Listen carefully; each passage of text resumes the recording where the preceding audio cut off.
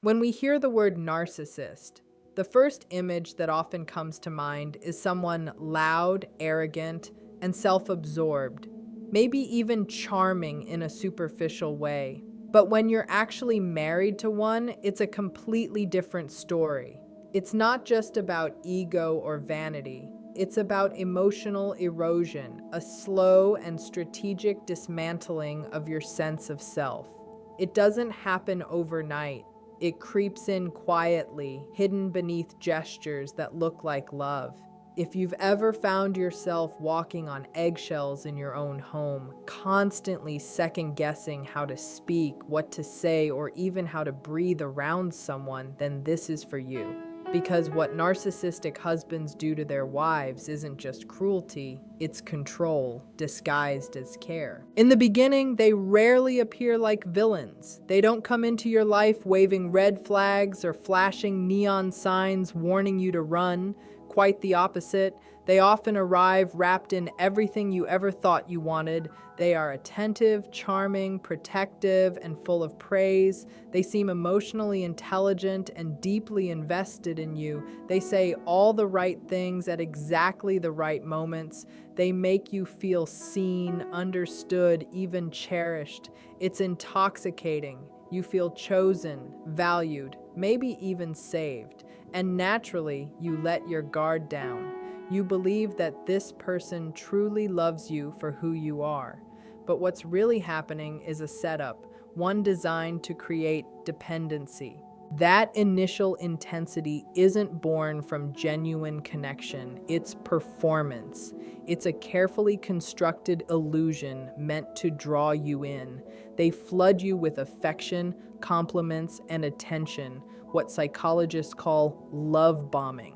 Constant texts, dramatic gestures, and declarations of devotion make you feel like you finally found someone who truly gets you.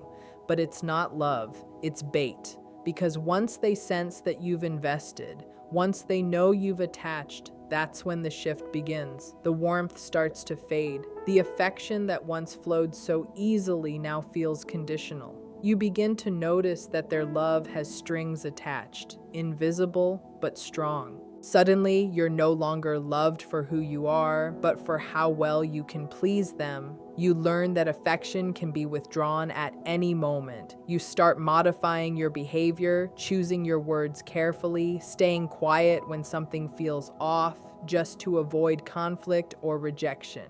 What was once natural now feels like a performance. And every time you push back, every time you express a need or boundary, you're met with coldness, disdain, or even rage.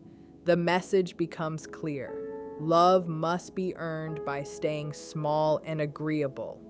This is how emotional manipulation begins, quietly, almost imperceptibly.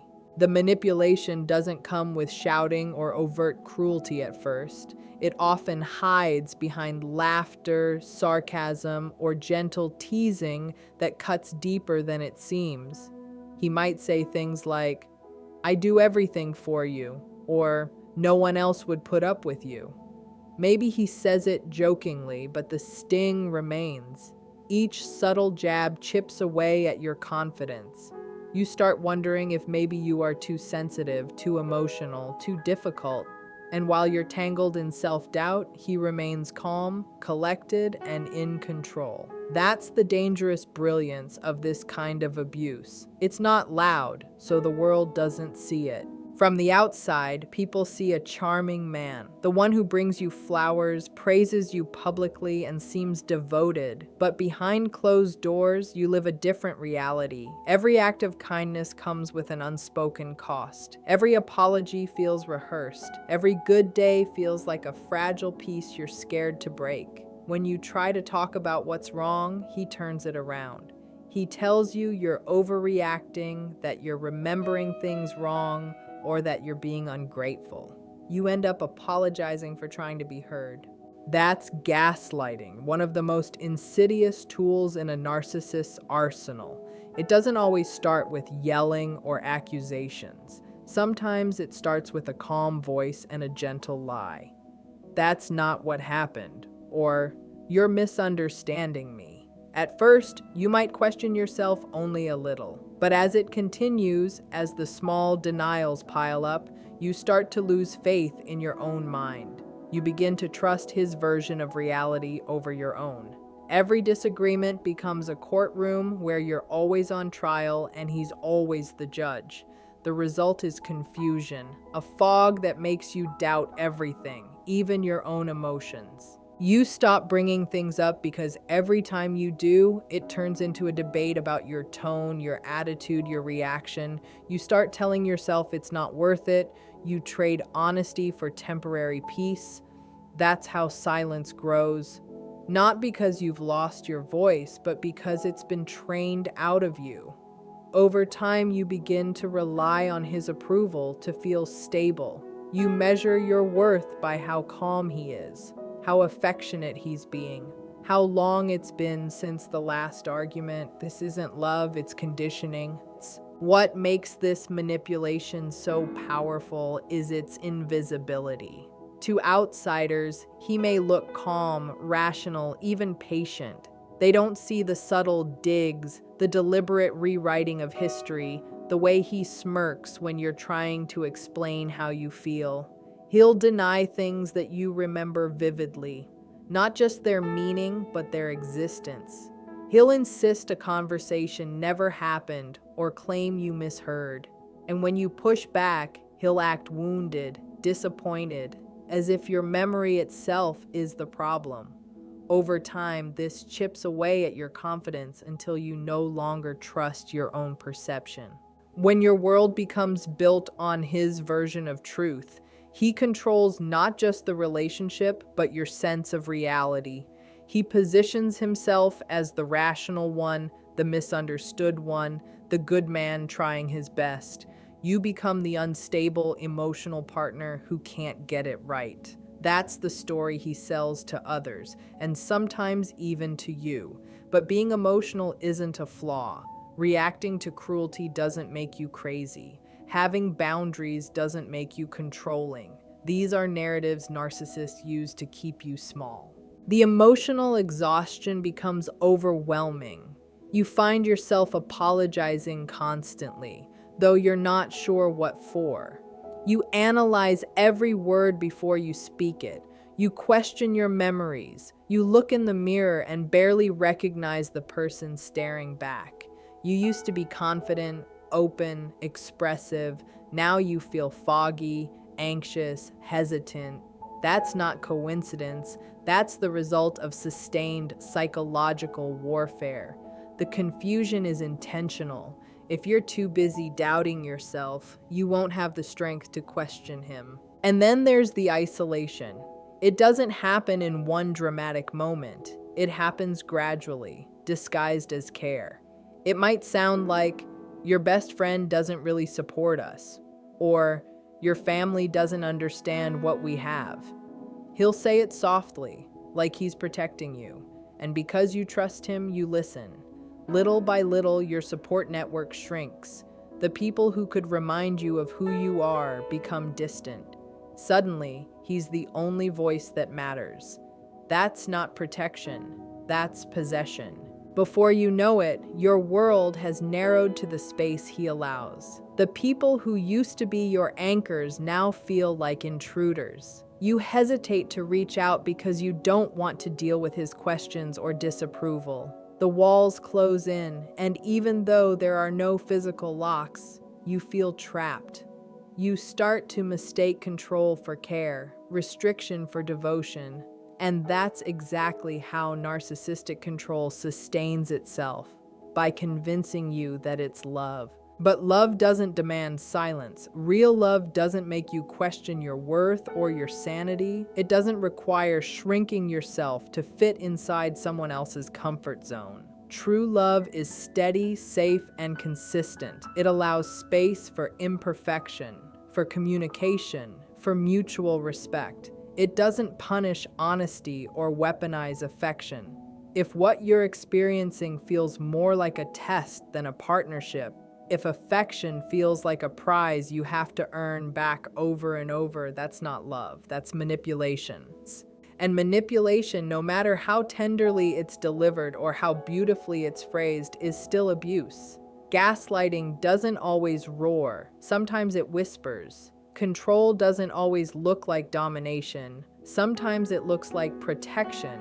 But the result is the same. You lose yourself. You start existing for someone else's approval. And the most dangerous part is how normal it can start to feel. When the abnormal becomes familiar, that's when the damage is deepest. So when your heart feels heavy with confusion, when your reality feels blurred and your confidence eroded, don't dismiss it. That fog is the evidence. That disorientation is the sign. Because love, real love, never asks you to question your own truth. Because when someone says they love you, you naturally want to believe that what they're saying is genuine, that their intentions are pure, that their words are meant for your good. But over time, the pattern begins to show itself. The people who were once your support system, your safe space, your source of grounding, start to feel distant, unsafe, or even unnecessary. You begin to withdraw without even realizing it. You cancel plans you used to look forward to. You stop returning calls or sharing things that matter to you because each time you do, he questions it, criticizes it, or plants tiny seeds of doubt that make you second-guess the people you love. Eventually, you stop reaching out. Not because you've lost interest, but because it feels easier not to. And then one day you look up and realize how alone you've become. Isolation doesn't always come in the form of imprisonment. Sometimes it masquerades as peace. It feels like relief, fewer arguments, less tension, a calmer atmosphere. But that peace is manufactured, a fragile quiet that comes not from safety, but from suppression. You convince yourself that solitude is serenity, that silence means stability. Yet deep down, it's a cage built out of compliance. The fewer people you talk to, the fewer mirrors you have reflecting back the healthy version of yourself. And narcissistic husbands thrive on that. Because when all the outside voices disappear, their voice becomes the only one that defines your reality. Their approval becomes your compass, and their opinion, your truth. Once they've isolated you, they don't need to shout or threaten to control you. All they have to do is hint, suggest, or correct, and you fall in line, almost instinctively. Sometimes isolation doesn't come as an order. It arrives disguised as care. It sounds like, "I don't think she's really a good influence on you," or "Your family doesn't respect our marriage." And since it's delivered gently with what appears to be concern, you listen. He may accuse a friend of being jealous or say that your loved ones give you bad advice.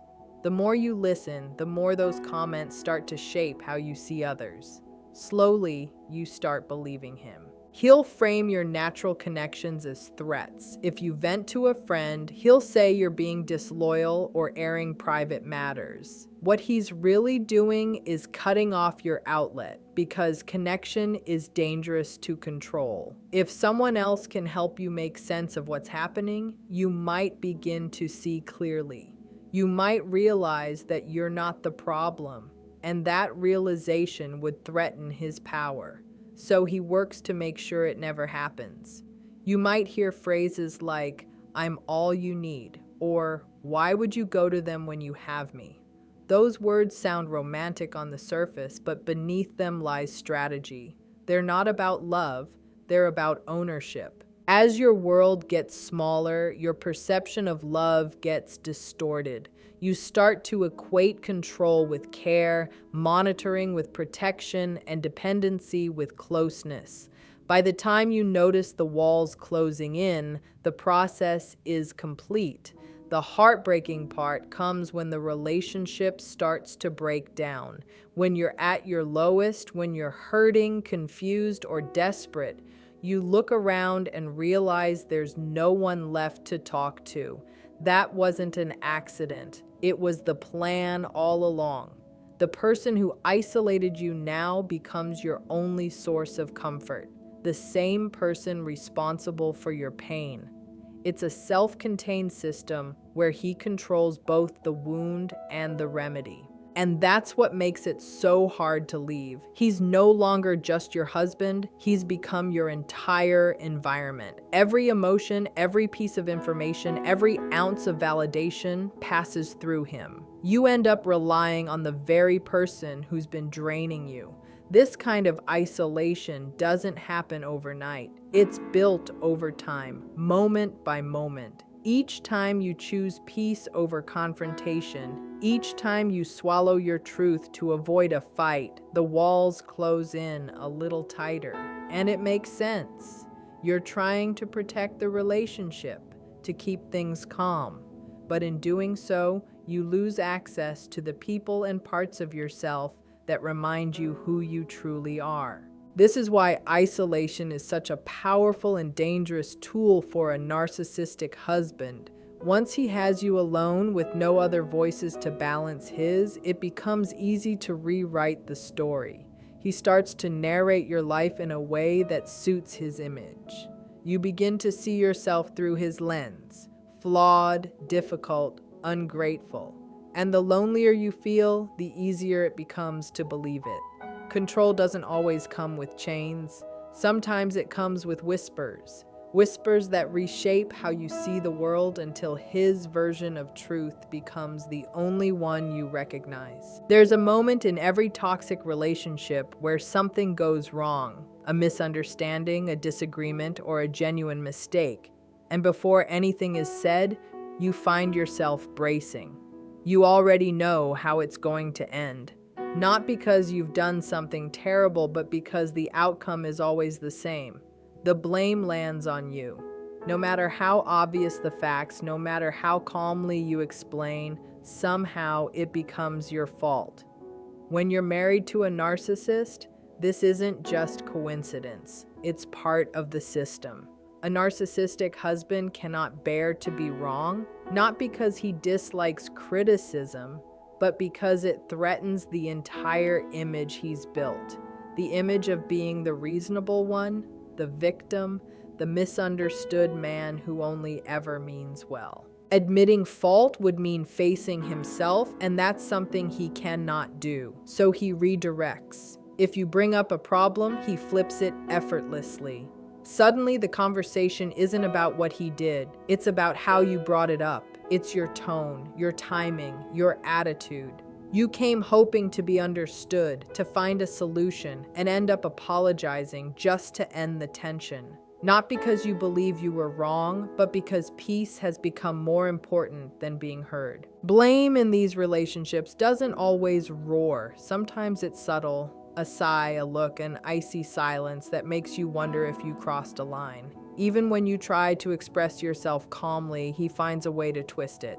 He'll tell you you're too dramatic or accuse you of ruining the mood. And when this happens often enough, something inside you shifts.